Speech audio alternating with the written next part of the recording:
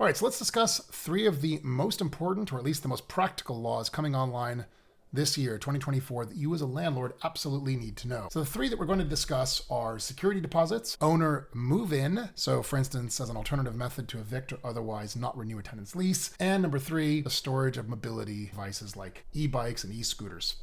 Now, if you see me glancing down on occasion, that's because I am looking at my computer screen, because I've actually written all about this already. You can find it at my website. So in fact, if you'd like to follow along and read along with your own eyeballs, feel free to do so. You can head on over at marchoaglaw.com. That's MarchHoaglaw.com. So let's get started. Number one, security deposits. So this is a new law that comes online on the 1st of July of this year. Just a quick recap, security deposits. Obviously, you're all familiar with this. One quick footnote, just to be clear, we're on the same page. Security deposits, which are collected at the time of lease signing, typically along with the first month, maybe also the last month of rent, can only be used to repair damage caused by the tenant, not ordinary wear and tear. So you can never use your security deposit to cover, say, the last month rent. And conversely, kind of a corollary to that is that the last month rent can never be used as a security deposit. So as it is right now, the amount that you can collect for your security deposit really depends on the type of property as well as the type of tenant renting your property. So if it's an unfurnished home, you can collect up to 2 months of security deposit. If it's a furnished home, this is a bit more risk, a bit more liability to the landlord. So you can collect up to 3 months rent for security deposit. If it's an unfurnished home rented to a service member, you can collect 1 month's rent. But if it's a furnished home rented to a service member, you can currently collect 2 months rent. And if it's a tenant with a service animal, emotional support animal, and so forth, you can't collect any security deposit at all. But starting the 1st of July of this year, this is all being reduced to just 1 month regardless. So if it's an unfurnished home, it drops from 2 to 1 month of security deposit that you can collect. If it's a furnished home, this drops from 3 also all the way down to just 1 month that you can collect. And likewise, if it's a service member, whether it's furnished or unfurnished, you can again collect just 1 month. And again, if it's a tenant with an emotional support animal or similar, no security deposit can be collected. Now, there is an important exception carved out for so-called small landlords. So a small landlord is defined as a natural person or an LLC in which all the LLC members are natural persons, and B, the landlord owns no more than 2 residential properties that collectively, between the two of them, include no more than 4 dwelling units. So net, the big change here really is that if you're a large property owner, if you're a large company, if you're an individual with more than 2 rental properties collectively including more than 4 dwelling units, then you can no longer collect more than 1 month security deposit up front. So that's a pretty big change. On the flip side, again, if indeed you are a small property owner, then really there's no changes at all. One of the interesting questions that's asked a lot about this, obviously, is suppose a tenant has already given to you a security deposit that would now exceed the new limits imposed by this new law, which comes online on the 1st of July, right? So suppose they've given to you 2 months of security deposit and then July 1 ticks over. What happens then? Well, as a landlord, you're actually entitled to continue to hold on to that excess security deposit. On the other hand, word is going around that pro-tenant attorneys are encouraging their clients to politely ask for that excess money back to be refunded.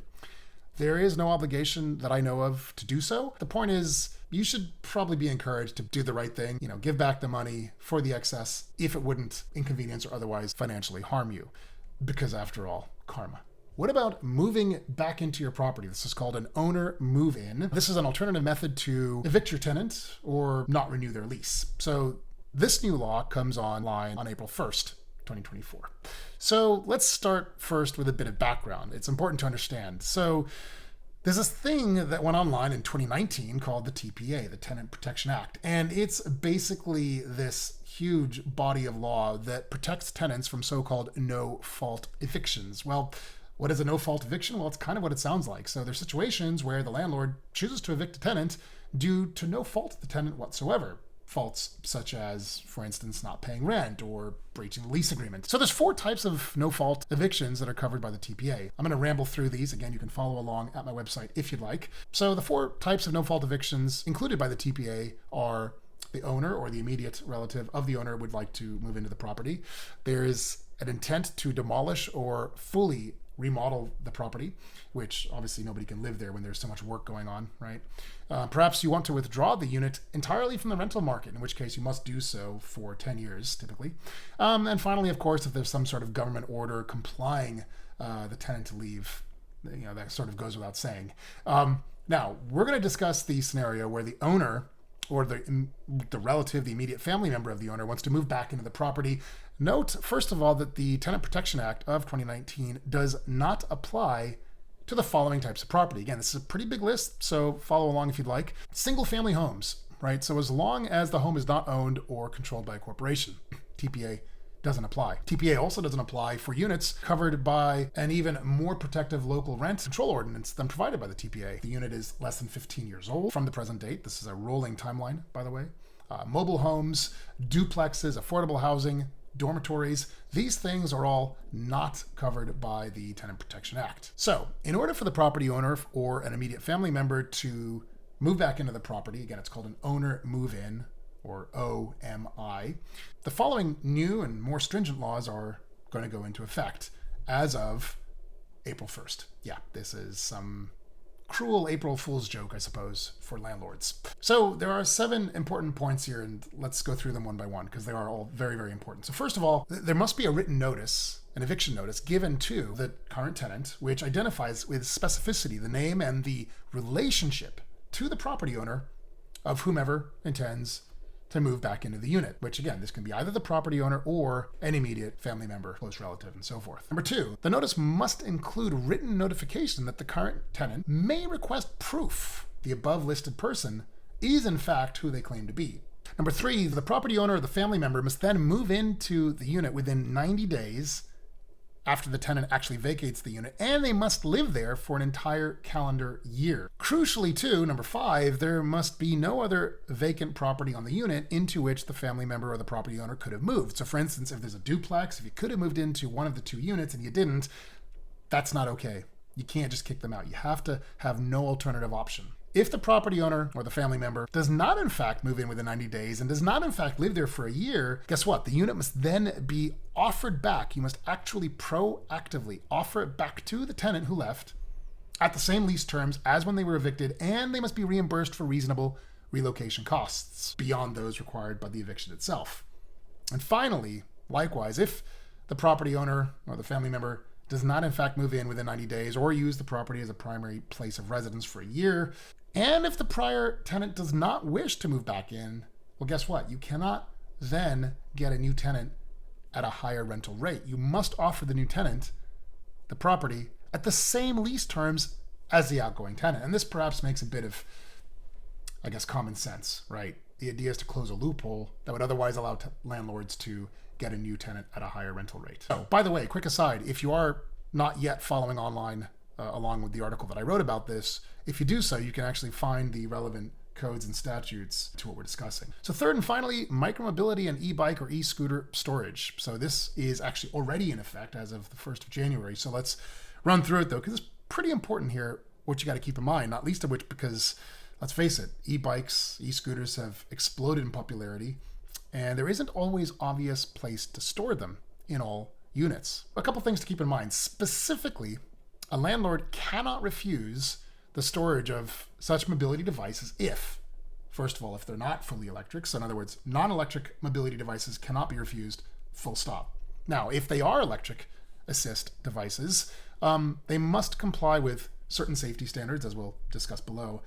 Crazy thing is, though, that even if they are not complying with those safety standards, well, they're still allowed. In fact, you cannot disallow them as long as the tenant actually has proper insurance to cover the device. So really important to keep this in mind. Effectively, you cannot really disallow things like bikes, scooters, electric or otherwise. Now, what safety regulations are we talking about? Well, if you ever flipped over an electronic device, you may have noticed all sorts of symbols, maybe a C, maybe an E, maybe a UL. So what you're looking for is the UL followed by a number. So specifically, the e-bike batteries must comply. They must have on the battery an engraving or a sticker, a plaque, something which says UL2849 or alternatively EN15194. If it's an e-scooter battery, then it must comply with UL2272 or EN15194. 17218. So landlords can provide the option for exterior, secure, long-term storage, and if it's offered for free, then they can actually prohibit storing the unit inside. They can't both prohibit storing a unit inside and then charge more for storing it elsewhere. That obviously wouldn't be fair, so that's not allowed. Now, on the flip side, fortunately, a tenant cannot require a landlord to modify the rental unit to allow for in-unit storage of a mobility device, nor must a landlord allow the tenant to service or otherwise maintain batteries and electric motors inside the device, because this just ends up being a safety issue, right? So there you have it. Those are three of what I think are the most important, certainly the most practical, most certain to encounter new rental laws coming online for 2024 here in California. Again, if you have any questions, don't hesitate to reach out, or certainly go check out my article on this topic over at my website, marchoaglaw.com. Again, that's marchoaglaw.com.